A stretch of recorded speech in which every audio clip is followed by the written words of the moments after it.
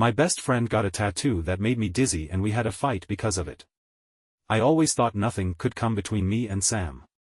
We'd been best friends since middle school, bonded over our mutual love of terrible horror movies and an unhealthy obsession with the local diner's bottomless pancakes.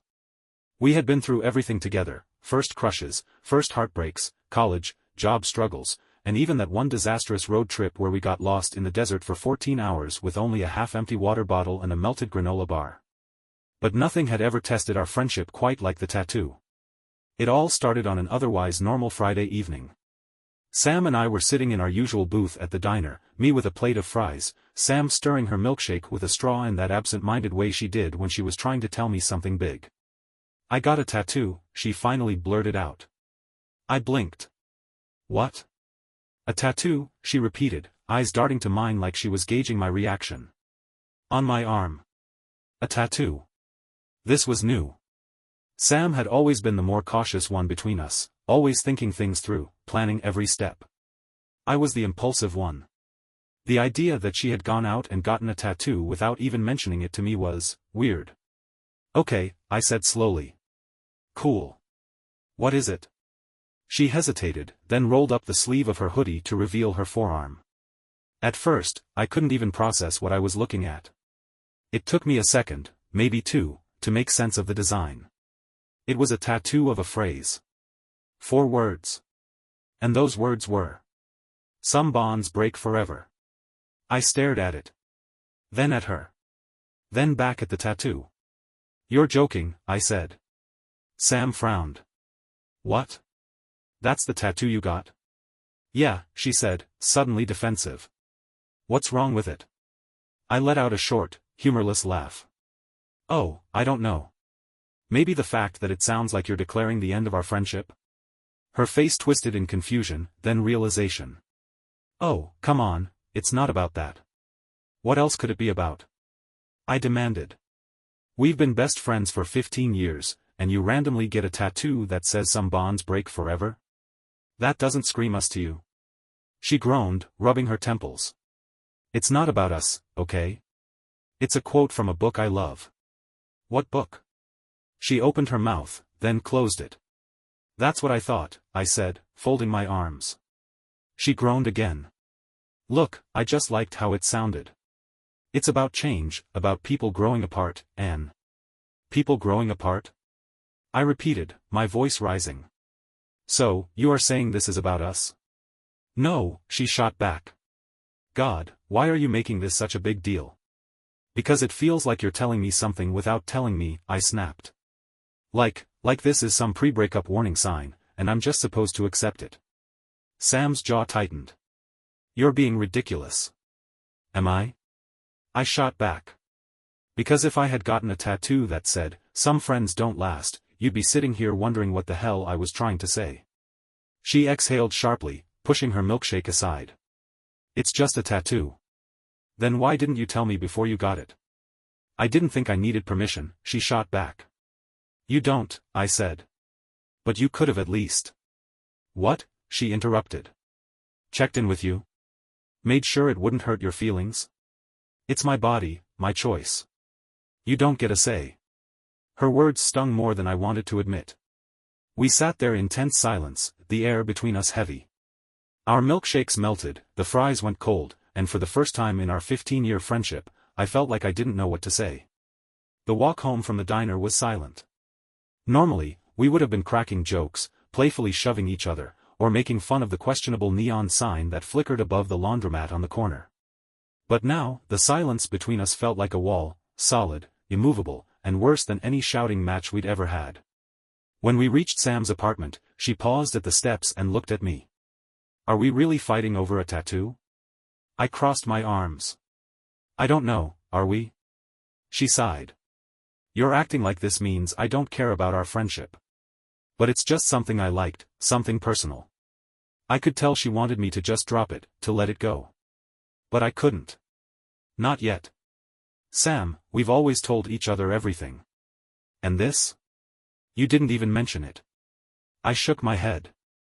"If it's really just a tattoo, then why do I feel like this is some kind of warning sign?" Her face twisted, like she was trying to find the right words.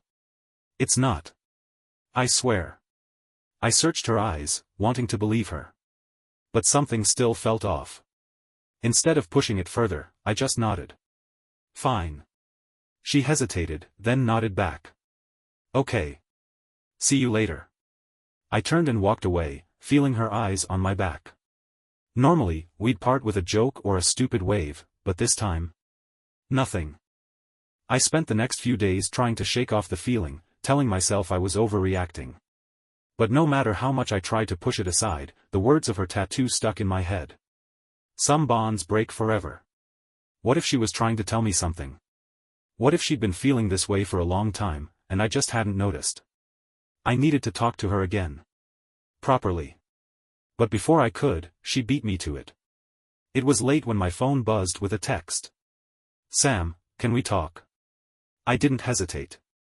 Me, yeah. Where? She sent her address, her apartment, which meant she wanted a real conversation, not just some casual run-in. That made my stomach twist. When I got there, she was sitting on her tiny couch, fidgeting with the sleeve of her hoodie. I've been thinking, she said as soon as I sat down. About what you said.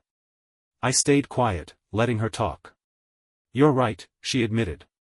I should have told you. Not because I needed permission, but because I should have just told you. That was unfair of me. I relaxed a little. Okay. She bit her lip. But there's something else. Here it was. The real thing she hadn't said yet. She took a deep breath. I've been thinking about moving. I felt like the ground had just been yanked out from under me. Moving? I repeated. She nodded. Not far. Just a couple of states away. A couple of states? I blinked, struggling to catch up. Since when? She exhaled. For a while now. There's a job I've been looking at. It's a really good opportunity. My brain scrambled to make sense of it. And you didn't think to tell me? I didn't know how, she admitted. I wasn't even sure if I'd go through with it. But now you are, I said, my voice flat. Sam swallowed. I don't want to leave things like this between us. I looked at her, at the tattoo still visible on her forearm. Some bonds break forever. Maybe this was a warning sign. A subconscious way of telling herself it was okay to move on. I wanted to be supportive. I wanted to tell her it was okay. But all I could think about was how unfair it felt. I wasn't ready for this. Why didn't you just tell me? I asked, my voice quieter now. Because I was scared, she admitted.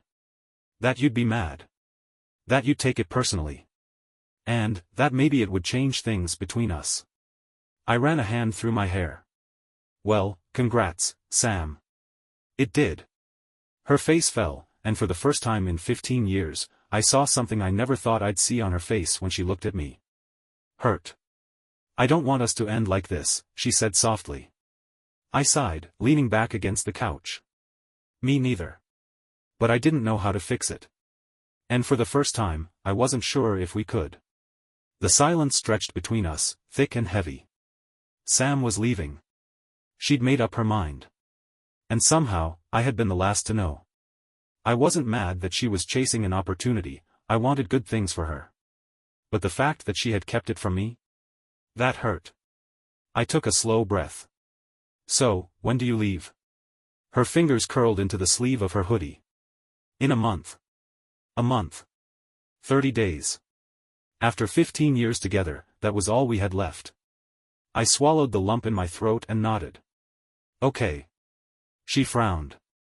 That's it? What do you want me to say, Sam? I asked, forcing a tight smile. That I'm happy about this? That I love the idea of you leaving? She looked down, her expression unreadable. No. I don't want to fight about it anymore. I let out a breath, rubbing my temples. I'm not trying to fight. I shook my head. I don't know how to do this. Her eyes softened. Me neither. The next few weeks passed in a blur.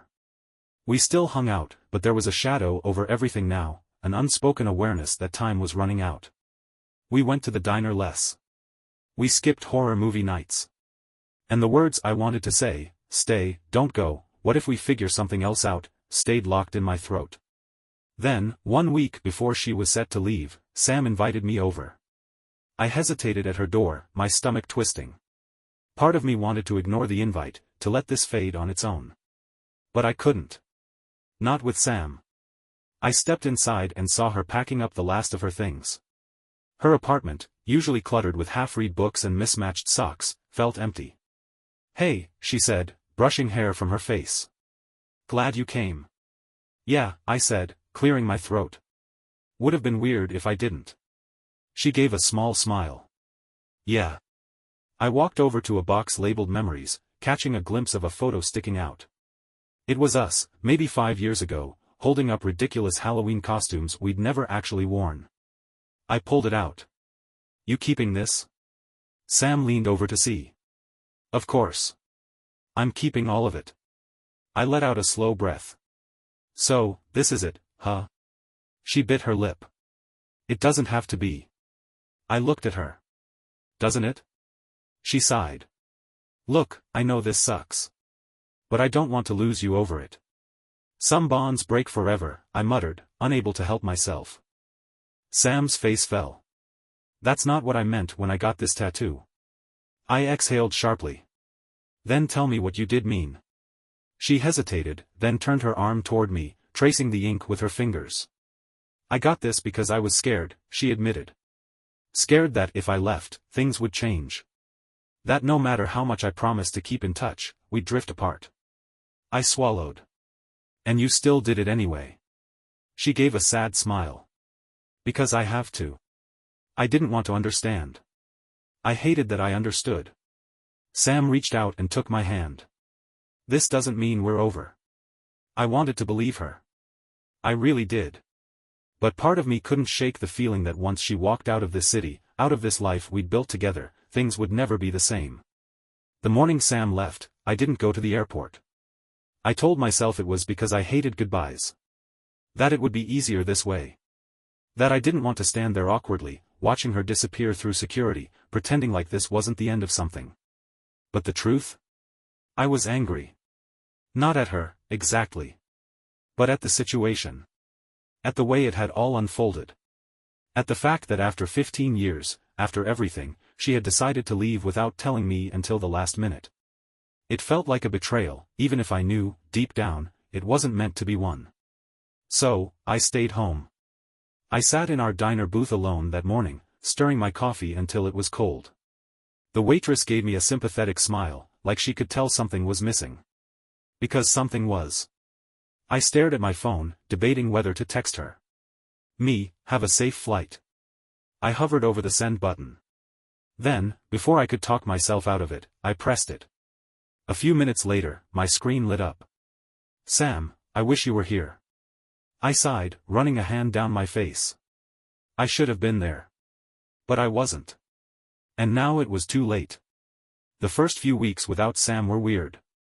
I kept catching myself reaching for my phone to text her about something random, a terrible movie on TV, a weird customer at work, a new item on the diner menu. But then I'd stop, because she wasn't here. And maybe she wouldn't care as much anymore. But Sam still texted me. At first, it was small things. "Sam, my new apartment is tiny, but at least I don't have to share a bathroom with you anymore." "Sam, just saw a guy who looks exactly like that creepy gas station attendant from our road trip. He's staring into the distance dramatically. 10 out of 10 convinced he's a vampire." Then, a few weeks later. "Sam, I miss you." That one hit me harder than I expected. I stared at the message for a long time, trying to figure out what to say. I could have told her the truth, that I missed her too, that things felt wrong without her, that I still hadn't sat in our booth without feeling like something was missing. But I didn't. Instead, I just sent. Me too. And somehow, that was enough. Months passed. Sam and I didn't talk every day, but we still talked. It wasn't the same, but it wasn't nothing, either. One night, I was scrolling through my phone when I saw a message pop up. "Sam, check your mailbox tomorrow." I frowned, but didn't question it. The next day, when I got home from work, there was a small package sitting on my doorstep. No return address. Just my name. I opened it slowly. Inside was a single photograph. It was me and Sam, sitting in our usual booth at the diner, grinning like idiots. On the back, she had written in her messy, looping handwriting. Some bonds don't break. No matter what. I let out a breath I hadn't realized I was holding. And for the first time since she left, I believed her. Thank you for watching the video. Like it if you watched the video to the end and don't forget to subscribe. Have a nice day.